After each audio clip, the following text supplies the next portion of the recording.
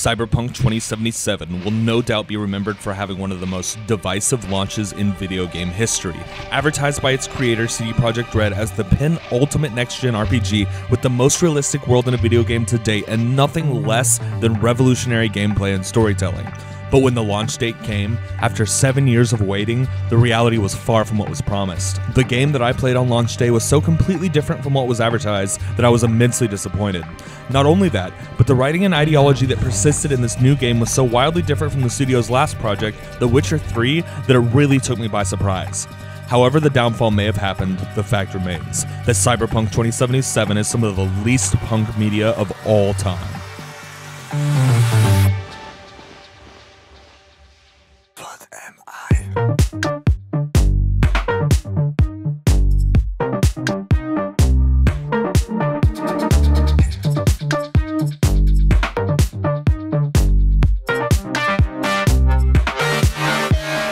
Look, I understand the irony of calling something not punk, okay?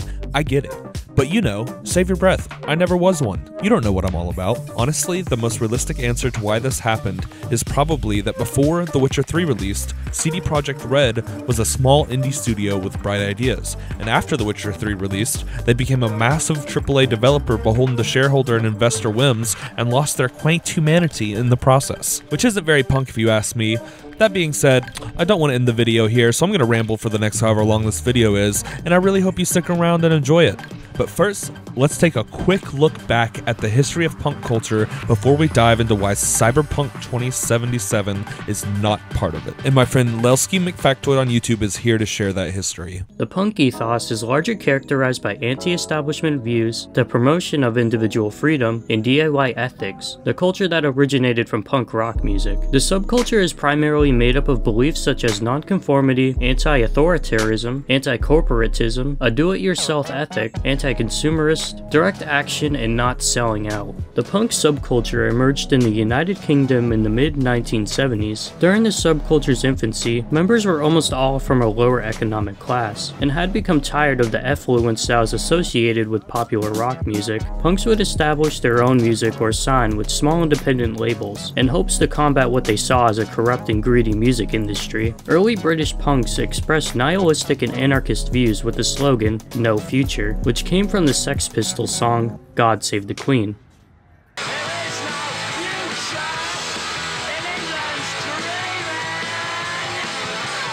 The slogan can be seen all over Cyberpunk 2077. Some of the groups or individuals that try to self-identify as being a part of the punk subculture hold pro-Nazi or fascist views. However, these Nazi/fascist groups are rejected by a vast majority of punks.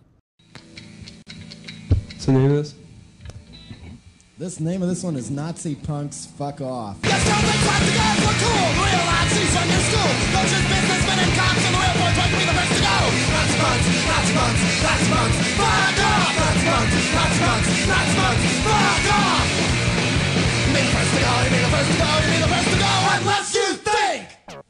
Groups often form a local scene that is made up of punks and hardcore bands. The bands and fans who attend their concerts may also attend protests and other events together. Many punk bands actively fought against the rising prices for show tickets. Along with Fugazi and Wet Lips, Minor Threat was leading the way in making music financially accessible to everyone.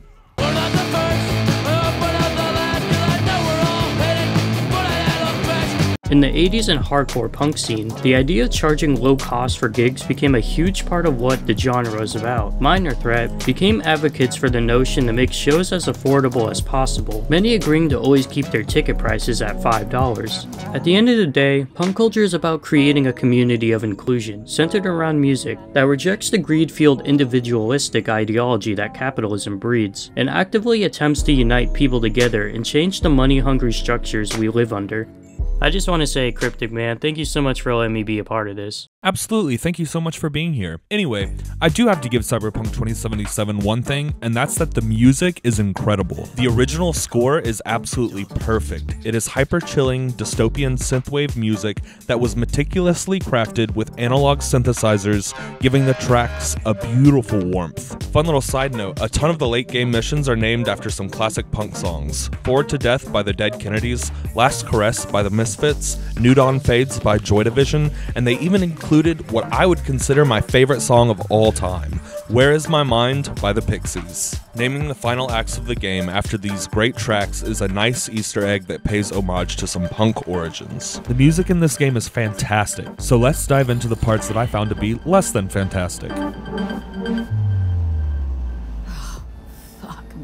I would like to start with the most obvious part of the game, the setting. Just the name, Cyberpunk 2077, instantly gave me Blade Runner vibes. A downtrodden, corrupted, and bleak vision of the future where mega corporations and body augmentations rule society. This, combined with the advertisements clearly showing a visually stunning aesthetic, was plenty to get excited over.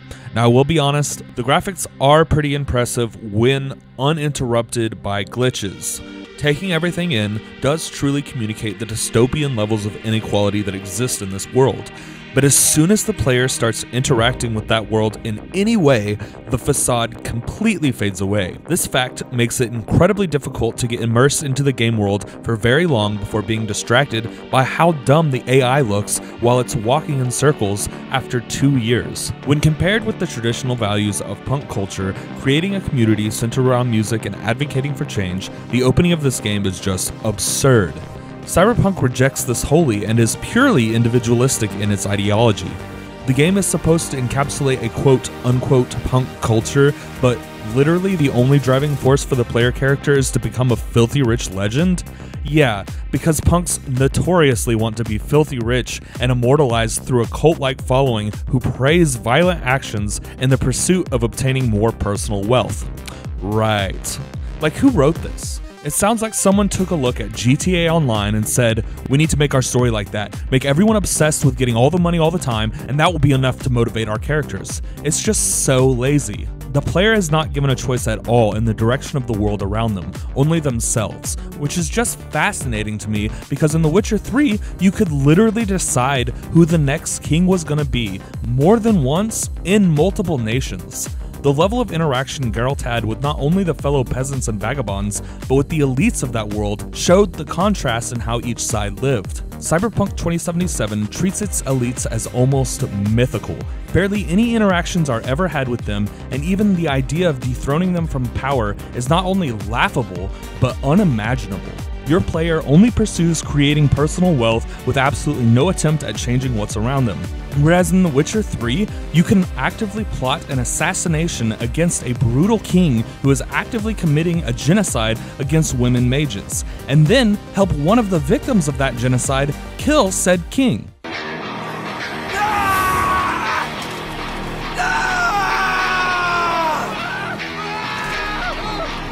settles the score.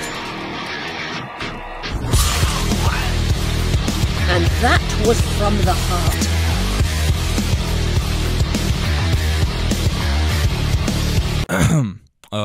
What was I talking about? Oh yeah, right, video games. Being able to just drive around in this world, taking in all the sights, is a truly unique experience. I don't think any other video game map captures the spirit of dystopian capitalism as well as Cyberpunk 2077's. The towering skyscrapers even block out the sky in the inner city.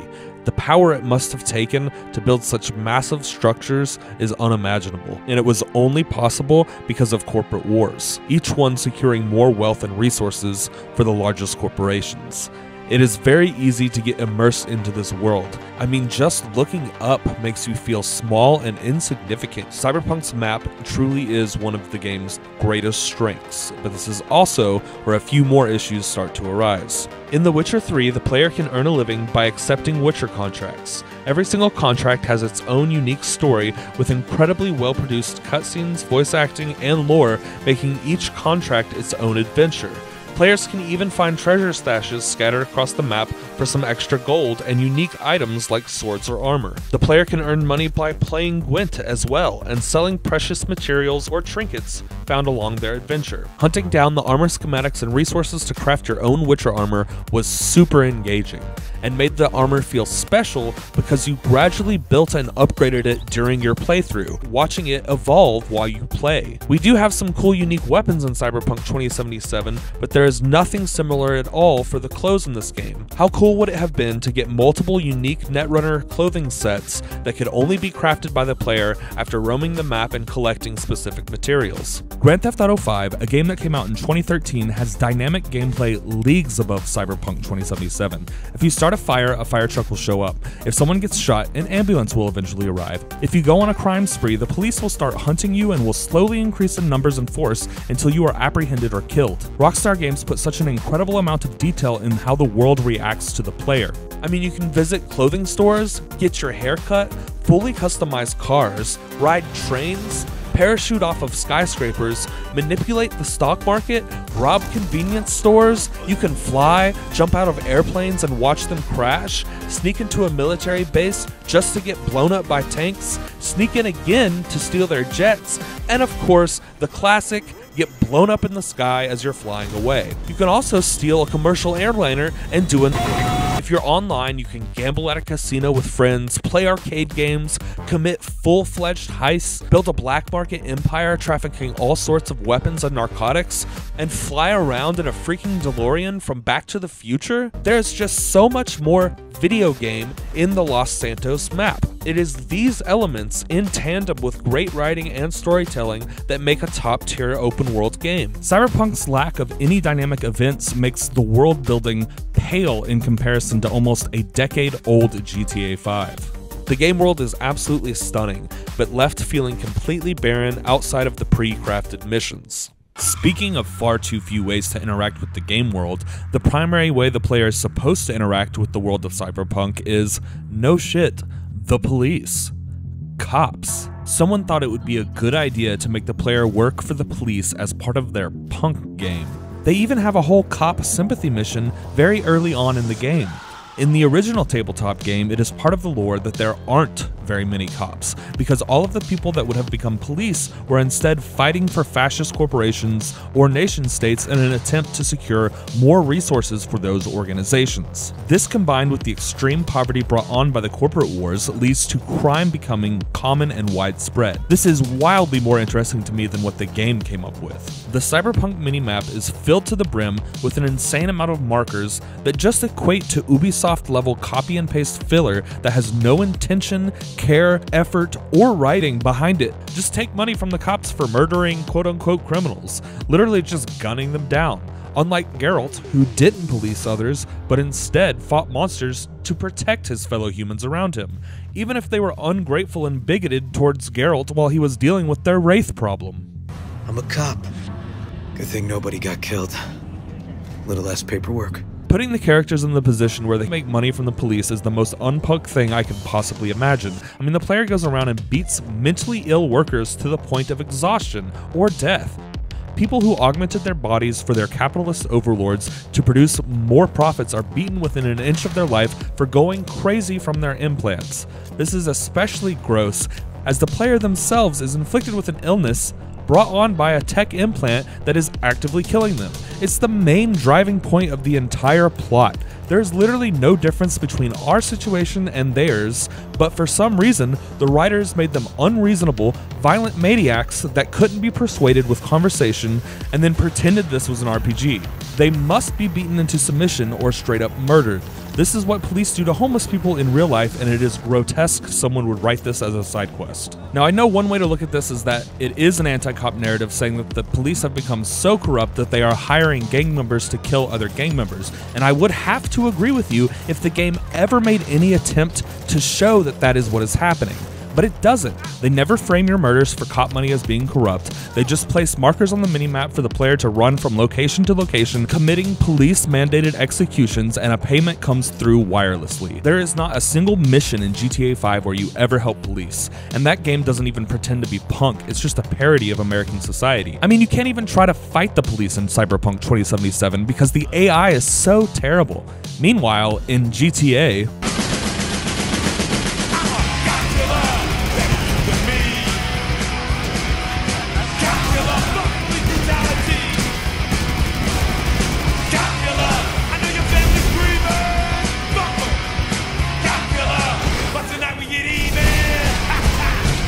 might be showing my hand a little too much in this video. The story is crafted around the fact that V is constantly on the brink of death, and this decision gives the game some serious pacing issues. It doesn't feel like any of the characters have time to breathe under the constant threat of imminent death. It also makes the side jobs and the mini police dots on the map feel super out of place. The amount of times that the game keeps telling you that the character is dying became super annoying to me. Could they have introduced the chip early on and then had the chip start to malfunction in the last third of the game? That way the player could interact with Johnny during quests and also wouldn't feel rushed through most of the game, because the interactions between the characters is another great strength of this game. I just wish we had a lot more time with them. But even though I think the pacing is hindered by the in-game decision, the characters do feel really strong. I think the team put a ton of great work into writing, designing, voicing, and animating several great characters with tons of heart. The parts of the main story and side missions that are so well written feel so completely disconnected from the map and its markers that it feels like a different game. I don't understand what happened. It feels like the game is being torn in half. One half emotional, heartfelt story, and the other mind-numbingly repetitive copy and paste nonsense. The Witcher 3 slightly had this problem too, but I think they handled it much better. Geralt was always just a few steps behind Ciri, and she was also on her own adventure that the player could experience by playing missions based around her. While finding her is your main priority and does get in the way of some role-playing options, your search naturally takes you to all locations on the map, introducing just a staggering amount of characters, stories, and set pieces along the way. Geralt and Ciri finally meet up in the third act of the game to protect her from imminent death, otherwise known as the Wild Hunt. The backstory of Johnny Silverhand also feels pretty rushed. It feels like everyone except for Johnny got pretty watered down. The motives of the old team that went to blow up Arasaka were much stronger in the tabletop games. The characters Blackhand, Rogue, Thompson, and Spider Murphy led an assault team on the towers of Night City with the explicit intention of ending the Fourth Corporate War, which is metal as fuck if you ask me. Nuking a corporation to end a corrupt war is absolutely perfect motivation for this type of story. This is so glossed over in the video game version that it's barely noticeable at all. At least in the tabletop game, the characters around Johnny were motivated in taking action against the people who oppressed Night City. The last topic I would like to go over is Cyberpunk 2077's just absolutely horrendous treatment of sex workers. The level of hatred this game has for sex workers is just insane. Like, to the point that Johnny Silverhand advocates for burning a brothel to the ground with everyone in it still. Like, seriously, he straight up wants to burn an entire brothel staff alive for being a sex worker. See, your opinion about dollhouses hasn't changed? Oh, but it has. Any different from some Before, I wouldn't have touched one with a 10-mile pole. Now I'm thinking a fire'd really make this place shine. Johnny says this after a mission you were on to find a lost doll, which is the game's word for prostitutes. The player goes to this location to find a specific doll with information that is needed, but the doll went missing. The player proceeds to book an appointment with a sex worker to get their questions answered. During this interaction, it feels like V almost has a therapeutic moment. This is literally the only moment in the entire game that V struggles with the reality of their actions and the world around them. It's the only moment where V shows any emotional vulnerability at all. Death is around every corner you take. You can't trust anyone around you because they will all kill you to make a quick buck. Is there any point to all this death and chaos other than money?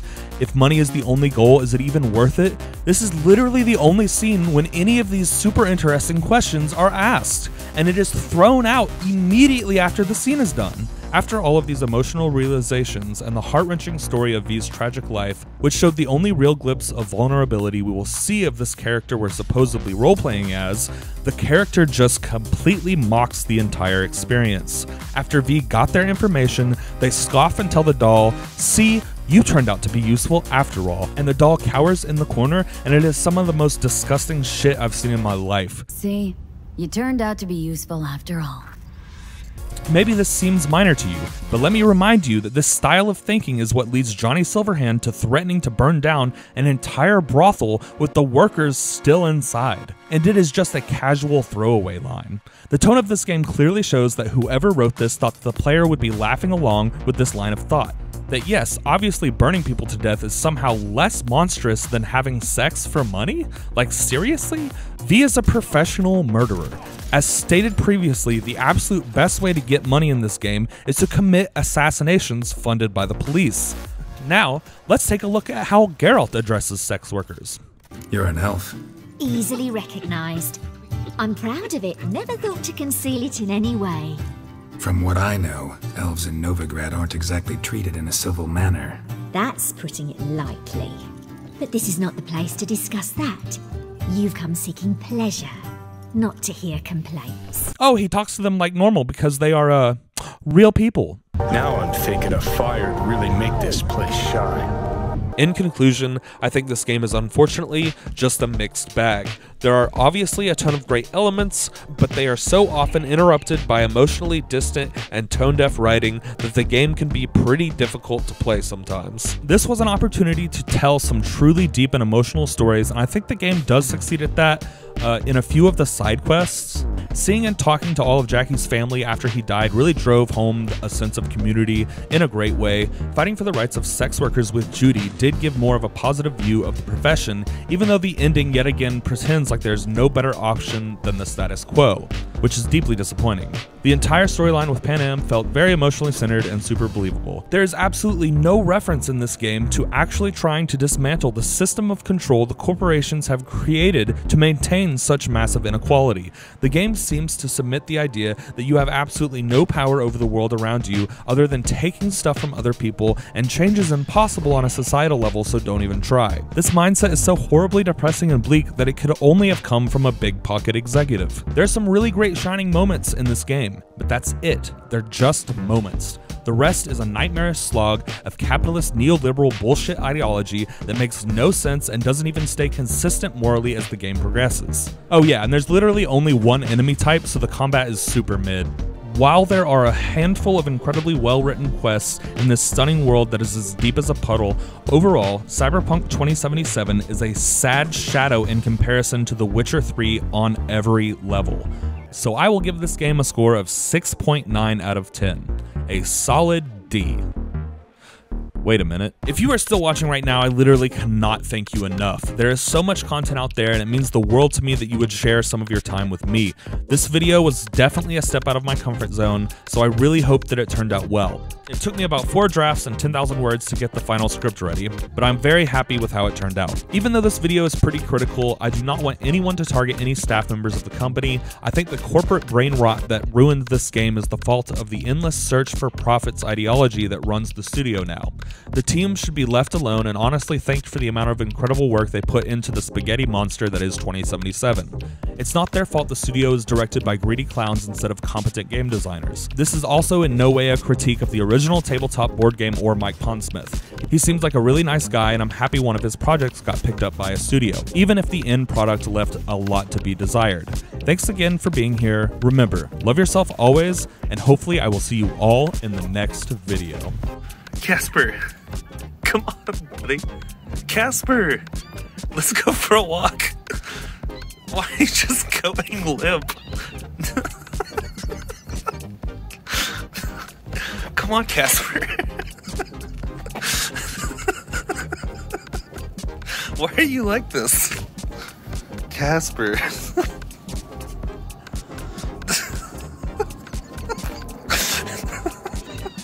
Casper, come on.